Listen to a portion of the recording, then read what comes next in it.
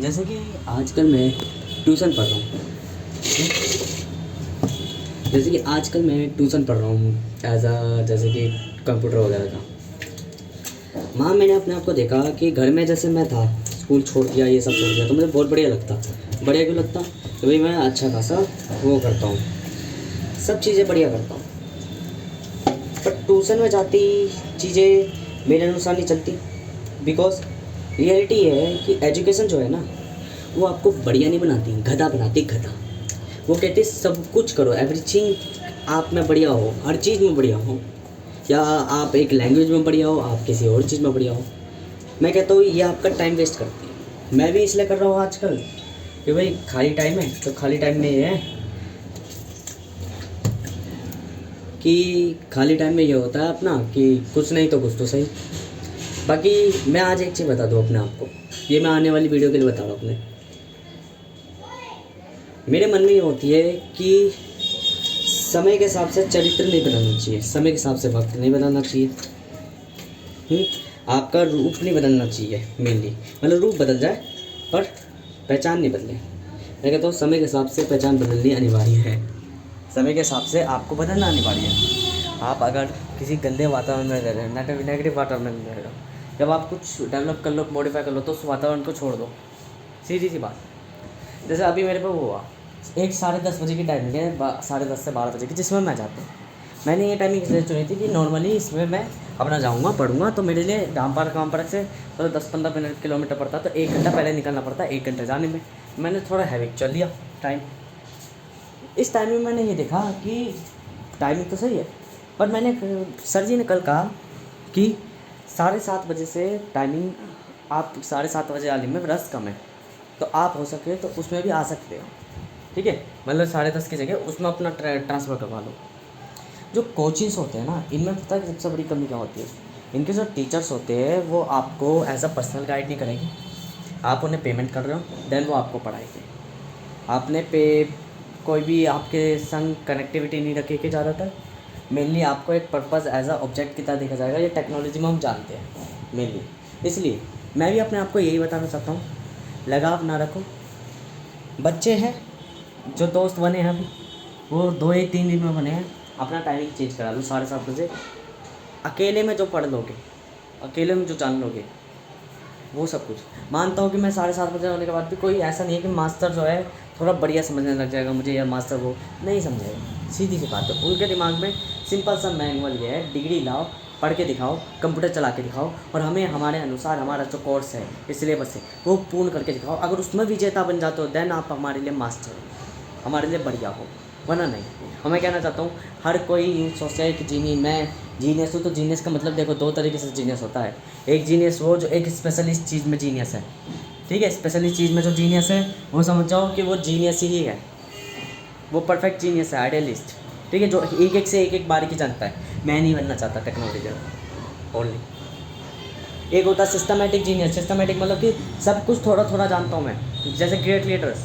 ठीक है ना, पूरी मैं एक एक इकाई नहीं जानता। अगर कंप्यूटर ऑपरेट करना, मुझे पता है कंप्यूटर से कैसे चलाया जाता है, कंप्यूटर को कैसे ऑपरेट करा जाता है। पर मैं अगर मुझसे कोई बायोस पूछ रहा है कि सबसे पहले बायोस ऑन होता है, मैं नहीं बताऊँगा, मुझे नहीं पता।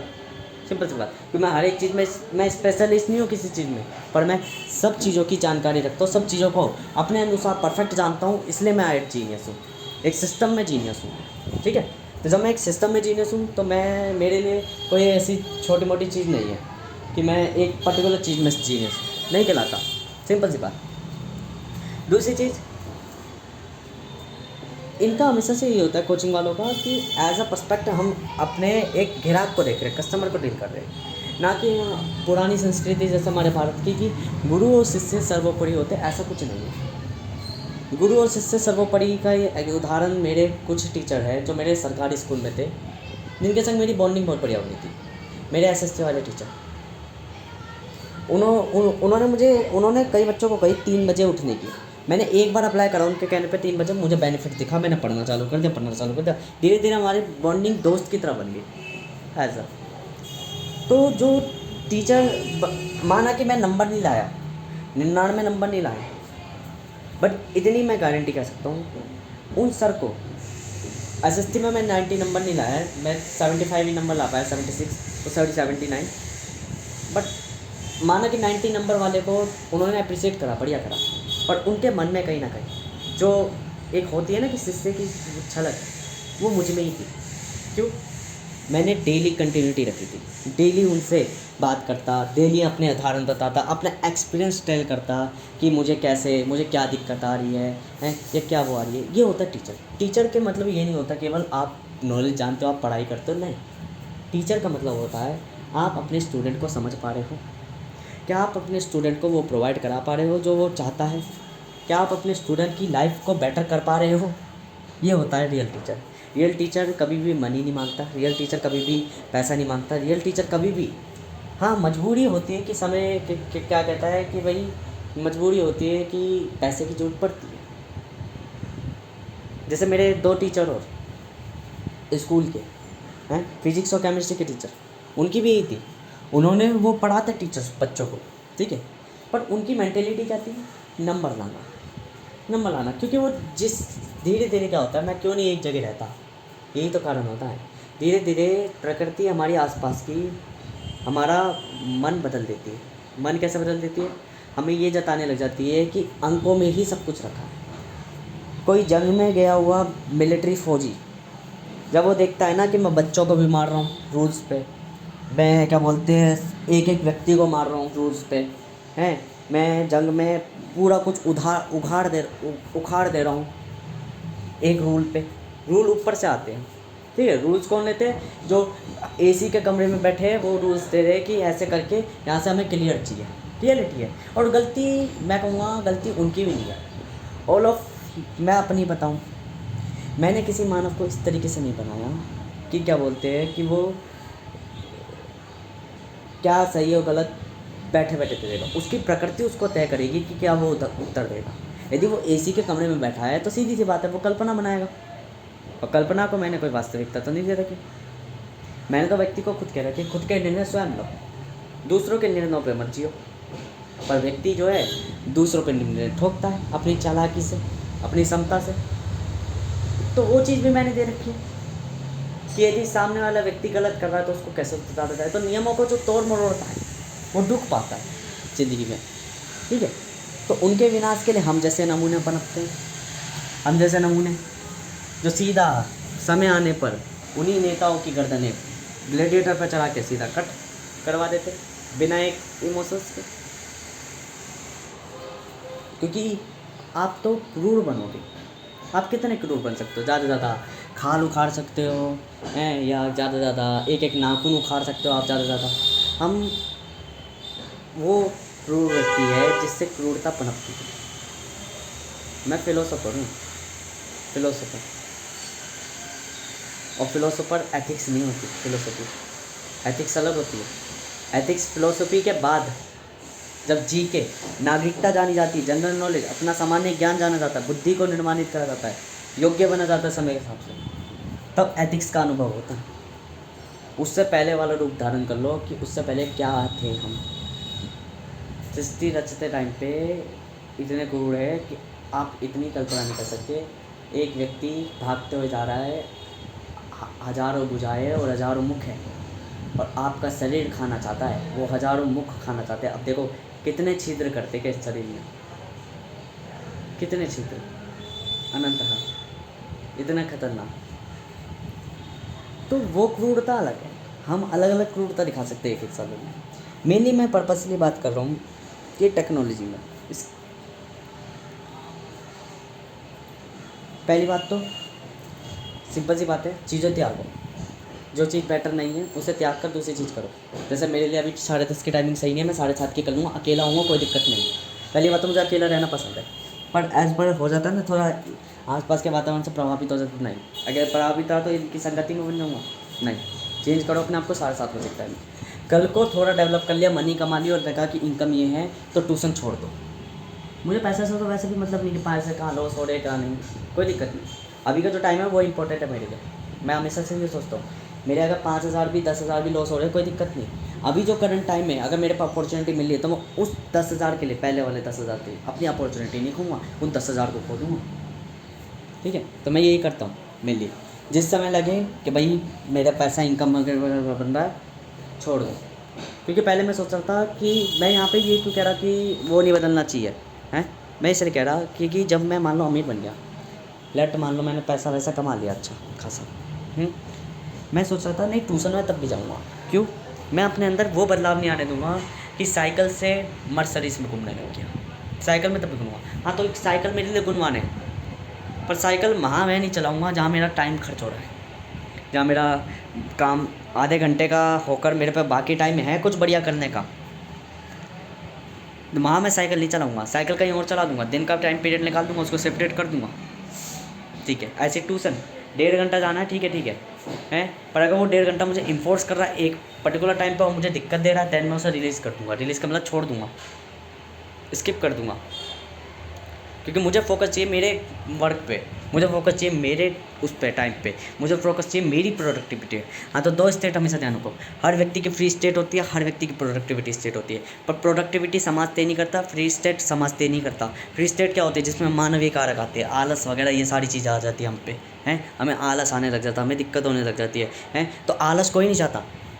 प्रोडक्टिविटी क्या है? प्रोडक्टिविटी मतलब जिसमें मुझे मज़ा आता है। अब मुझे भाई लिखने में मज़ा आता है, फ़िलोसफी वगैरह पढ़ने में मज़ा आता है, फ़िलोसफी वगैरह ग्रेट लीडरिंग की तरह करनी में आती है फ़िलोसफी वगैरह हैं, या मुझे क्या बोलते हैं चीज़ों को समझने में, जानने में, समाज को लिखने में, उनको परखने में, इन सब चीज़ों में मुझे मज़ा आता है हैं। मुझे फार्माकोलॉजी में मज़ा आता है हैं कि समस्याओं को समझाने सुलझाने में, मानवीय हैं, यांत्रिक समस्याएं हैं, क्या बोलते हैं राजनीतिक मसले, मार्केटिंग, इन सब चीज़ों में मज़ा आता है। और क्या क्या होते हैं एथिक्स, ह्यूमैनिटी के बारे में जानने में मज़ा आता है। सामाजिक विज्ञान तो ये हो गया आपका मार्केटिंग, ठीक है, फिलोसफी आपकी ये हो गई, और क्या बोलते हैं टेक्नोलॉजी वो हो गई, ठीक है, और बाकी सारी चीज़ें जैसे गणितीय ऑपरेशन वगैरह ये सब चीज़ों में मज़ा आता है।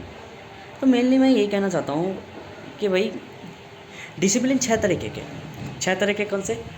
एक डिसिप्लिन हो गया आपकी फ़िलोसफी मतलब जैसे राजनीति वगैरह, राजनीति लॉज वगैरह ये सारी चीज़ें फ़िलोसफी माना जाए क्योंकि मानव के विचार होते हैं। सेकंड हो गया आपकी जनरल नॉलेज जो आपको नागरिक बनाती है, जो आपको ये बताती है आपको खुद के निर्णय लेने आने चाहिए, आपको खुद का हक मांगना आना चाहिए, आपको बदलाव करना आना चाहिए हैं। क्योंकि जनरल नॉलेज देखो, जनरल नॉलेज किसी स्टेट में नहीं पाई जाती, जनरल नॉलेज किसी कंट्री में नहीं पाई जाती, जनरल नॉलेज किसी भी जगह या किसी भी प्लेस में या किसी भी सोसाइटी में नहीं पाई जाती। क्यों? सोसाइटी अपने अनुसार जनरल नॉलेज देता है। जनरल नॉलेज क्या होता है? सामान्य ज्ञान जो आपको आसपास से मिलता है। तो वातावरण अपने अनुसार वो मिलता है जो उसमें बदलाव ना कर पाए। आपको सरकारें पढ़ाई जाएगी तो सरकार में वो पढ़ाई जाएगी जो बहुमत में है या जो बढ़िया करके बताई जाएगी। पर रियलिटी में होता है आप उस चीज़ से पढ़े होकर खुद में तर्क लगाओ, सेल्फ तर्क लगाओ, देन आपको रियल जनरल नॉलेज याद होगी। समाज के भीतर रहकर आप सामान्य ज्ञान प्राप्त नहीं कर सकते, नागरिकता प्राप्त नहीं कर सकते, बल्कि समाज से परे होकर अपने अंदर नागरिकता प्राप्त हो सकते हो कि मेरे लिए क्या सही है गलत है, फिर मैं अपने अनुसार इस समाज को बदलूँगा। ये होती है जनरल नॉलेज, ठीक है। जनरल नॉलेज का मतलब ये नहीं है कि आप क्या जानते हो या आप हर एक चीज़ के बारे में जानते हो। जनरल नॉलेज का मतलब ये है कि आप अपने बारे में जानते हो, मेनली आप इस प्रकृति के बारे में जानते हो, ये जनरल नॉलेज नहीं है। क्योंकि जो दिखता है वो तो दिख ही रहा है, जो दिख नहीं रहा उसमें ध्यान लगाओगे देन आपको पता चलेगा कि हाँ जनरल नॉलेज क्या है। मैं एक मनुष्य हूँ, मेरी लिमिट है, बट उस लिमिट को मैं तोड़ सकता हूँ, ठीक है। ये हो गया मेनली जनरल नॉलेज के बेसिस पर। फिर हो गए ये सेकंड हो गई। थर्ड आ गया आपका टेक्नोलॉजी, यांत्रिक, मानव द्वारा अजैविक चीज़ों को यंत्र द्वारा सहयोग में लाना, ये होगी टेक्नोलॉजी। मैं इंजीनियरिंग कुछ भी बिल्ड कर रहा हूँ, कुछ भी बना रहा हूँ अपनी तरफ से, जो भी सेल्फ क्रिएट कर रहा हूँ, ये इंजीनियरिंग होगी, टेक्नोलॉजी होगी, ठीक है। फिर होगी फार्माकोलॉजी में मतलब कि मानव सहित संबंधी समस्या, जैसे मेरी शरीर की समस्या है, मेरी बीमारियों की समस्या है, ये सारी चीज़ें जो मुझे दिक्कत दे रही, जो वातावरणीय समस्या है वो, ठीक है। एक में यांत्रिक समस्या है, यांत्रिक तो थी जैसे कि मान लो मेरे सहयोग की, मेरे को अपना काम एफिशिएंट करना, मुझे कुछ बिल्ड करना, मुझे घर चाहिए तो घर बनाया, ठीक है। और वातावरणीय समस्या कैसे? वातावरणीय समस्या ऐसे जैसे मुझे डिसीज़ हुई, कुछ बीमारी हुई जिसको मेरे को हार्म कर दी है, तो उस चीज़ को ठीक करना, क्योर करना, ठीक है। 4 होगी, 4 होगी। 5वीं है सोशल साइंस। सोशल साइंस में आपका आ जाता है जैसे मार्केटिंग वगैरह, समाज को समझना, पैसा कैसे करता है, तो पूरी इकोनॉमिकल वगैरह ये सब चीज़ें जो होती है कि समाज में कैसे जीना है, ये सब चीज़ें सामाजिक ज्ञान। और छठा अंतिम, मॉरल एथिक्स एंड ह्यूमैनिटी। आपको ये आ जाती है समय के हिसाब से। जब आप देखते हो ना, गरीब के मुख से देखते हो, गरीब के मुख से मतलब कि गरीब होकर आप देखते हो कि अमीर अमीर इसलिए नहीं है क्योंकि वो पैसे को सही तरीके से उपयोग नहीं करता, वे अपनी स्टेज चेंज कर देती। तो आपको धीरे धीरे योग्य बनना आ जाता है, आपको धीरे धीरे ये समझ में आ जाता है क्या सही है। दुनिया जो बदल रही है, क्या वो एक सबसे गरीब व्यक्ति के लिए भी सही होगा? यदि है तो मैं लूँगा निर्णय, बेशक उसके लिए समाज मुझे गाली नहीं, क्योंकि गांधी का विचार ही है, गांधी फिलोसफी है ना। तो इसको ऐसे करके मोरल एथिक्स ये सब चीज़ें हमें समझ में आती है। तो मॉडर्न एथिक्स फिलोसफी से अलग हो जाती है, क्योंकि फिलोसफी में हम गुस्से में लिखते हैं। हम जो फिलोसोफर्स होते हैं, राइटर्स होते हैं, या क्या बोलते हैं इंटेलिजेंट पर्सन्स होते हैं, सुपर इंटेलिजेंट पर्सन, हम ये गुस्से में से लिखते हैं। समाज हमें पागल कहता है, बार बार पागल कहता है। समाज हमें मारने की कोशिश करता है, मरते तो नहीं हम इतनी जल्दी, समाज हमें मारने की कोशिश करता है। तो हम गुस्से में ये लिख देते हैं कि हम उनकी गलतियाँ गिनवाने लग जाते हैं कि समाज, राजा गुस्से में नहीं होना चाहिए, राजा अगर प्रजा के सामने ऐसे करेगा तो किसी न किसी दिन उसकी, और हमारी बातें सत्य होती है क्योंकि हम ज्ञानी व्यक्ति हैं मेनली। दूसरी चीज़ क्या बोलते हैं कि भाई हम उनके लिए एक वो बनाने लग जाते हैं, उसकी गद्दी छीनने का उपकरण बनाने लग जाते हैं। हम एक ऐसा राजा बनाते हैं जो केवल दया नहीं करता, केवल दयालु नहीं है, चालाक के लिए चालाक ही बनाते हैं, और ऐसा चालाक बनाते हैं जो उसके प्राण हट देता है, हथियार। इसलिए हम पागलों को जब भी कोई कहता है ना, तो हम प्रण ले लेते हैं, प्रण में हम कुछ ना कोई चीज़ त्याग देते हैं, और जब त्यागते हैं तो कह के तभी धारण करेंगे इस चीज़ को जब तुम्हारा सर कलम कर देंगे। जैसे चाणक्य ने कही थी अपनी चोटी काट के, ठीक है। तो ये सारी चीज़ें, तो हम वहाँ पे क्रूरता लिखते हैं। हम यहाँ पे कहते हैं कि एक अच्छा राजा वही है, यहीं से समझ में आ जाएगा मेरी स्टेटमेंट्स कैसे कहती है फिलोसफी में। एक अच्छा राजा वही है जो जनता पे क्रूर कर रहा है, क्रूरता दिखा रहा है। क्रूरता मतलब अपने अनुसार चला रहा है हर चीज़, जो नहीं मान रहा उसको फांसी में चढ़ा देना है बिन सोचे समझे, मतलब सोचे समझे, अभी सोचे समझे कहूँगा ऐसे में, बिन सोचे समझे मतलब कि एक क्षण का पल नहीं ले रहा, वो उसे फांसी में चढ़ा दे रहा है। क्यों? यदि वो समाज के लिए गलत है। और समाज क्या है? समाज वह राजा का प्रतिबिंब है, और राजा का प्रतिबिंब क्या है? राजा वो जो मन में प्रजा को वास रखता अपने, ना कि राज्य बढ़ाने को। ये है पूर्ण स्टेटमेंट। एक राजा जो क्रूर है समाज के सामने, आंतरिक रूप में वे प्रजा को अपने दिल में वास करके रखता है, ये होता है असली राजा। पर ऐसे मिलते नहीं, क्योंकि लालच और अंध मायावी चीज़ें बतेरी पा जाती है। प्रोडक्टिविटी का मतलब ये है आपको जो पसंद है वो करो, वो बिल्ड करो। जैसे मुझे फिलोसफी वगैरह ये सब चीज़ें लिखनी पसंद है, सिस्टमेटिक पढ़ाई करनी पसंद है, मुझे फोकस एक जगह कंसंट्रेटेड करनी पसंद नहीं है, तो मैं यही करूँगा। यही मेरी प्रोडक्टिविटी। इसमें मैं अपने आप से एक्सप्लेन कर सकता हूँ, इसमें मैं अपने आप से अंग्रेजी बोल पा रहा हूँ। मैं अंग्रेजी नहीं बोल पा रहा, पर यहाँ अंग्रेजी बोल पा रहा हूँ। अगर मुझे कोई कहे कि अपनी बातें बताओ, अपने बात को एक्सप्रेस करो, किसी भी लैंग्वेज में करो, तो मैं ईजिली लैंग्वेज करूँगा। जो मेरी टोन होगी, जो मेरी बॉडी लैंग्वेज होगी, उसे देख कर हर कोई इंप्रेस होगा। बट अगर कोई कहे कि मेरे अनुसार दो, मैं नहीं दे सकता। मानता हूँ एक टीचर हूँ तो टीचर नहीं हूँ, मतलब कि एज अ मैं एक गुरु की तरह हूँ। तो भाई हो सकता है कि अगर मेरे शिष्य को समझ नहीं आ रही तो मैं उसे उसकी भाषा में समझाऊँ, पर अपनी मर्जी से समझाऊँगा। ना कि शिष्य मुझे कहेगा कि भाई आप मुझे इसी लैंग्वेज में समझाओ, नहीं, मैं उसे समझाने की कोशिश करूँगा। नहीं हुआ तो अपने आप को डेवलप करूँगा। ये होता है स्टेटमेंट, ये आ जाता है जब आपको सिखाने का जज्बा होता है ना, तो आप बिल्ड कर लेते हो अपने अनुसार। अब बाकी मैं इस वीडियो में यही कहना चाहता हूँ, अगर मजबूरी हो तो टाइम चेंज कर लो, यदि मजबूरी हो तो ट्यूशन भी छोड़ दो। लॉस से कभी भी प्रभावित मत हो, क्योंकि जहाँ लॉस से प्रभावित हो वहाँ आने वाली अपॉर्चुनिटीज़ को डिस्ट्रॉय कर रहे हो, वो नहीं करनी। सीधी बात है। ये ट्यूशन तब तक पढ़ रहा हूँ जब तक मैं गरीब हूँ, अमीर बन जाऊँगा नहीं पढ़ने की ज़रूरत है, और वेज खुल जाएगी। साइकिल मैं तब तक चला रहा हूँ जब तक मेरी मजबूरी है, और वेज खुल जाएगी तो सबसे बढ़िया है। हाँ मानता हूँ रोल्स रॉयस में नहीं जाना, क्योंकि वो बहुत है, वो एक्सपेंसिव हो जाएगी।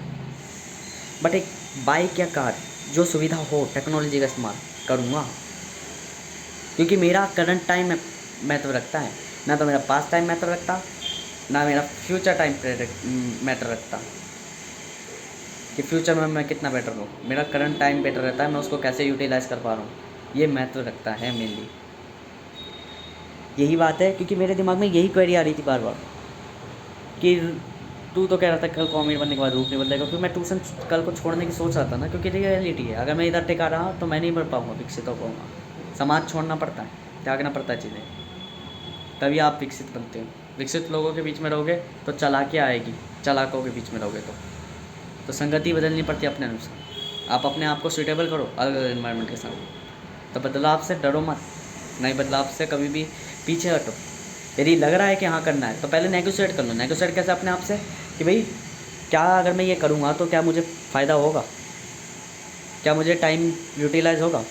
यदि मैं साइकिल से जाऊँ कि भाई साइकिल मेरा शरीर फिट कर रहा है, ठीक है, बट उससे मेरा 2-2, 3-3 घंटे जा रहे हैं तो नहीं, मैं उस साइकिल को सुबह मॉर्निंग पर कहीं घूमने के लिए लगा लूँगा कि मैं डेली उस पेड़ को छू कर आऊँगा, ये एक टारगेट ले लूँगा। बट मैं साइकिल फिर वहाँ इस्तेमाल नहीं करूँगा, वहाँ मैं स्कूटी, बाइक, साइकिल, कार जो भी होगी वो इस्तेमाल करूँगा। क्यों? वो मेरा समय बचा रही है। उस समय में ये तो है मैं ट्रेडिंग कर लूँगा अपना आगे एज परफेक्ट। अरे अगर मैं साइकिल से जा रहा हूँ तो थकान आके आ रहा हूँ पहले, फिर ट्रेडिंग कर लो, नहीं, इतना नहीं करना है। संघर्ष करना है, बस जहाँ संघर्ष करने लायक है वहीं करो। समय के हिसाब से बदलो, संघर्ष भी बदलता है, जो समय के हिसाब से सूटेबल हो मेनली। यदि आप यूँ सोचो कि मज़दूरी करूँगा मैं, हैं, तो सीधी सी बात है, मज़दूरी का इतना परिणाम नहीं है। बेहतर ये है मज़दूरी के संग विकास करो अपना। खाओगे पियोगे अच्छा तभी मजबूत बनोगे, ये बॉडी मजबूत होएगी। वरना कितने भी डंबल उठा लो, कितने भी कट्टे उठा लो सीमेंट के, ये सूख के बिल्कुल ख़त्म हो जाएगी और बीमारियाँ भी पाल देगी। बेहतर ये है बदलाव चाहिए, पर कहाँ वह सोचो। स्थिरता चाहिए, पर कहाँ वह सोचो। हमेशा ध्यान रखना, वह व्यक्ति भी कोई बढ़िया नहीं जो एक्सपेंसिव में बदलाव करे जा रहा है, अपने आप को बढ़ाया जा रहा है, वो एक्सपेंड कर रहा है, लॉस करेगा बहुत जल्दी। वो व्यक्ति भी बढ़िया नहीं है जो अपने आप को एक जगह स्थिर रखे जा रहा है, कह रहा है कि नहीं मैं बदलूंगा नहीं। बदलना जरूरी है समय के संग। तो दोनों उपकरण हैं, ये दोनों उपकरण हैं, परिवर्तन और स्थिरता। समय के हिसाब से दोनों जगह कर लो। यदि परिवर्तन जहाँ लगे कि परिवर्तन करना अनिवार्य है, सही है निर्णय, तो परिवर्तन करो। स्थिरता लगे कि मेरा विकास स्थिरता ही करेगी, मुझे स्थायी रहकर ही मेरा विकास होगा, तो स्थायी रहो।